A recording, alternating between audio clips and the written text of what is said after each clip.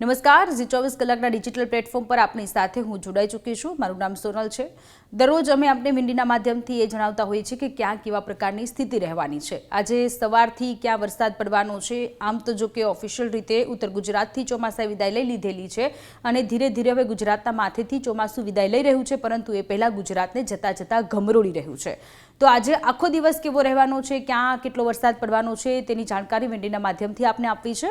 સૌથી પહેલાં આપણે વાત કરીએ સવારે 10 વાગ્યાની આજુબાજુમાં। તમે અહીંયા જુઓ કે જ્યાં આપણને દક્ષિણ ગુજરાતમાં અહીંયા આપણને વરસાદી સિસ્ટમ સક્રિય થયેલી જોવા મળી રહી છે અને દક્ષિણ ગુજરાતમાં અહીંયા વરસાદ પડી શકે છે। તમે જુઓ અહીંયા સેલવાસમાં વરસાદ છે, વલસાડમાં છે, સુરતમાં છે, વ્યારામાં, આહવામાં, આ બધી જગ્યાએ વરસાદ અહીંયા દેખાઈ રહ્યો છે।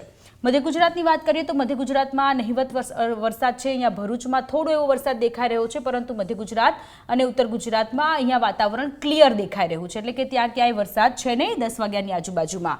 સૌરાષ્ટ્રમાં ખાસ કરીને વાત કરીએ તો જે આજે દરિયાઈ પટ્ટો છે આ બધી જગ્યાએ વરસાદ વરસવાનો છે અને માછીમારોને દરિયો ન ખેડવા માટેની પણ સૂચના આપવામાં આવી છે। તમે જુઓ અહીંયા અમરેલીમાં, જસદણમાં, ગોંડલમાં, રાજકોટમાં, જૂનાગઢમાં, પોરબંદર, ભાણવડ, સાલાયા, દેવભૂમિ દ્વારકા, જામનગર, આ બધી જગ્યાએ આજનો આખો દિવસ ધીમી ધારનો વરસાદ વરસે તે પ્રકારની સંભાવનાઓ અહીંયા આપણને વિંડીના માધ્યમથી દેખાઈ રહી છે। અને કચ્છમાં આ 3-4 જગ્યાએ કચ્છમાં પણ વરસાદ પડી શકે છે। તમે જુઓ કચ્છમાં અહીંયા માંડવી, ભાડલી અને નલિયામાં અને લખપતમાં આ જગ્યાએ 10 વાગ્યાની આજુબાજુમાં વરસાદ પડે તે પ્રકારની સંભાવનાઓ દેખાઈ રહી છે।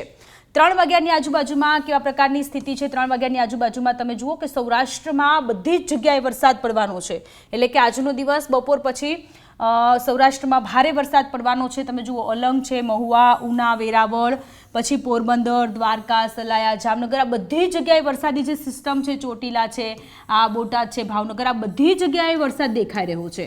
એટલે કે જતાં જતાં સૌરાષ્ટ્રને મેઘરાજા ગમરોળી રહ્યા હોય એ પ્રકારની સ્થિતિ અહીંયા આપણને દેખાઈ રહી છે।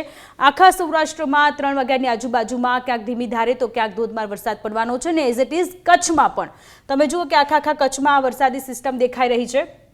અહીંયા માંડવીમાં, નલિયામાં, ભાડલીમાં, લખપતમાં, રાપરમાં, ગાંધીધામ અને ખાવડામાં, જોકે ખાવડા, રાપર અને એ બધી જગ્યાએ 10 વાગ્યાની આજુબાજુમાં વરસાદ નહોતો, પણ 3 વાગ્યાની આજુબાજુમાં એ વરસાદ ત્યાં દેખાઈ રહ્યો છે। આપણે ઉત્તર ગુજરાતની અને મધ્ય ગુજરાતની વાત કરીએ તો ત્યાં વાતાવરણ આપણને ચોખ્ખું દેખાઈ રહ્યું છે અને દક્ષિણ ગુજરાતમાં પણ બપોર પછી વરસાદ નહિવત થવાનો છે એ પ્રકારની સ્થિતિ અહીંયા આપણને લાગી રહી છે। તો હવે ચોમાસું વિદાય લઈ રહ્યું છે, ગુજરાતમાં નદી નાળાઓ છલકાઈ રહ્યા છે અને હવે ચોમાસું ખમૈયા કરે તો સારું, કારણ કે જગતના તાત ચિંતાતુર છે। નમસ્કાર।